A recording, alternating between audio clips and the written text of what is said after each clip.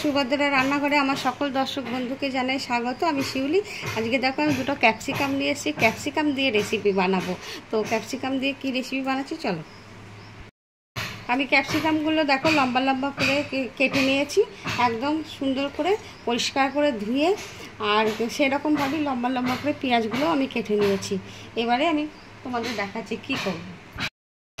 আমি এগুলো ভাজা বাদাম, হ্যাঁ, এই ভাজা বাদামগুলোকে আমি হাতে করে চটকে কষলে কষলে নিচ্ছি, যে খোসাটা যতটা পারবে উঠে যাবে। তারপরে আমি এগুলোকে একটু গুঁড়ো করে নেব, মানে একদম ফাইন পেস্ট হবে, গুঁড়ো হবে না, একটুখানি ইয়ে থাকবে, সেরকমভাবে আমি এটাকে গুঁড়ো করে নিয়ে আসছি।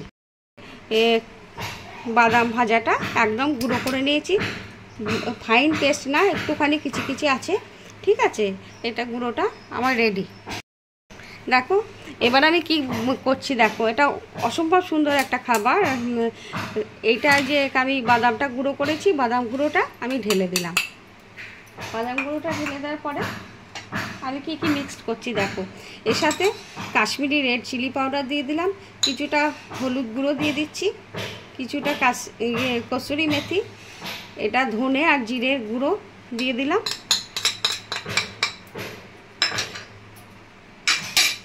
দু চারটে চিনির দানা দিয়ে দিচ্ছি।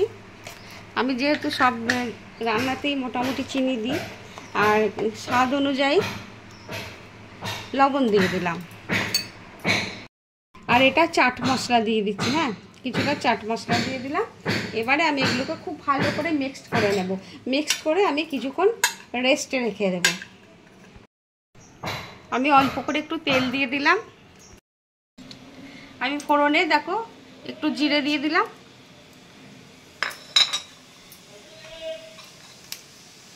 হিং দিয়ে দিচ্ছি কিছুটা, কতগুলো কারি পাতা দিচ্ছি, কয়েকটা জুলিয়ান শেপে কাটা, লম্বাভাবেই কাটা হচ্ছে আদা টুকরো, আর এটা হচ্ছে কাঁচা লঙ্কা, এগুলো আমি ফোড়নে দিয়ে দিলাম। দেখো আমার ফোড়নটা খুব সুন্দর ভাজা হয়ে গেছে এবং ভারী সুন্দর একটা সুগন্ধ বেরোচ্ছে ফোড়ন দিয়ে। এবারে আমি যে মেখে রেখেছিলাম ক্যাপসিকামটা, এটা আমি দিয়ে দিচ্ছি এবারে কড়াইয়ের মধ্যে। এটা একটা ভারী সুন্দর রেসিপি, তোমরা এভাবে বানাবে, বানিয়ে খেয়ে আমাকে কমেন্ট করে জানাবে। অসম্ভব টেস্টি, অসম্ভব একটা হেলদি রেসিপি। এটা এবার আমি কিছুক্ষণ নাড়াচাড়া করে নেব।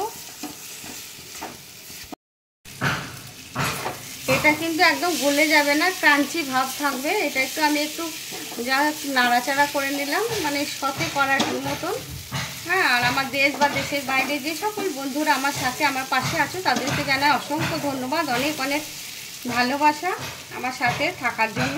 শুধুমাত্র আমার কে কারা সাবস্ক্রাইব করে আবার আনসাবস্ক্রাইব করে দিচ্ছে আমি বুঝতে পারছি না এটা কেন হচ্ছে, আর লাইক ভীষণ কম হচ্ছে। এটা আমি দইটাকে খুব ভালো করে ফেটিয়ে নিলাম। এবার আমি এর মধ্যে দই দিয়ে দেব।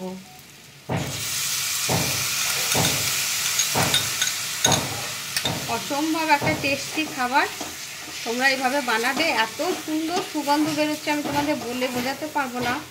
মানে তোমরা যখন বাড়িতে বানাবে তখন বুঝতে পারবে যে আমি ঠিক বলছিলাম। এইটা দইয়ের বাটিটা ধোবো, জাস্ট ধুয়ে একটু জল দিয়ে দেবো, দিয়ে 2-4 মিনিট একটু ফুটিয়ে নেব। দেখো দইয়ের বাটিটা ধুয়ে আমি জাস্ট 1 ফোঁটা জল দিয়ে দিলাম, আর কিছু তো আমার দেওয়া নেই এখন। এবার আমি একটু চাপা দিয়ে দেবো, জাস্ট 2 থেকে 3 মিনিট মতো একটু ফুটে যাবে, তারপরেই আমি এটাকে নামাবো।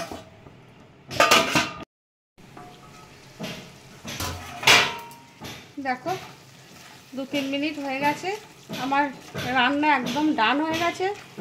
এবার আমি গ্যাসটা অফ করে দেব, ওপর থেকে একটু ধনেপাতা কুচো ছড়িয়ে আমি সার্ভ করে দেবো। গ্যাস অফ করে দিচ্ছি, কিছুক্ষণ স্ট্যান্ডিং টাইমের জন্য রেখে দেবো, তারপরে সার্ভ করে দেবো। আমার রেডি ক্যাপসিকামের রেসিপি, ক্যাপসিকাম সবজি রেসিপি রেডি এবং সার্ভ করে দিয়েছি। তোমরা এভাবে অবশ্যই অবশ্যই অবশ্যই বানাবে, বানিয়ে খাবে, খেয়ে আমাকে কমেন্ট করে জানাবে তোমাদের কেমন লেগেছে। আর তোমরা সবাই ভালো থাকবে, সুস্থ থাকবে, তোমাদেরকে জানাই অসংখ্য অসংখ্য ধন্যবাদ, অনেক অনেক ভালোবাসা। তাহলে আজকের মতো টাটা।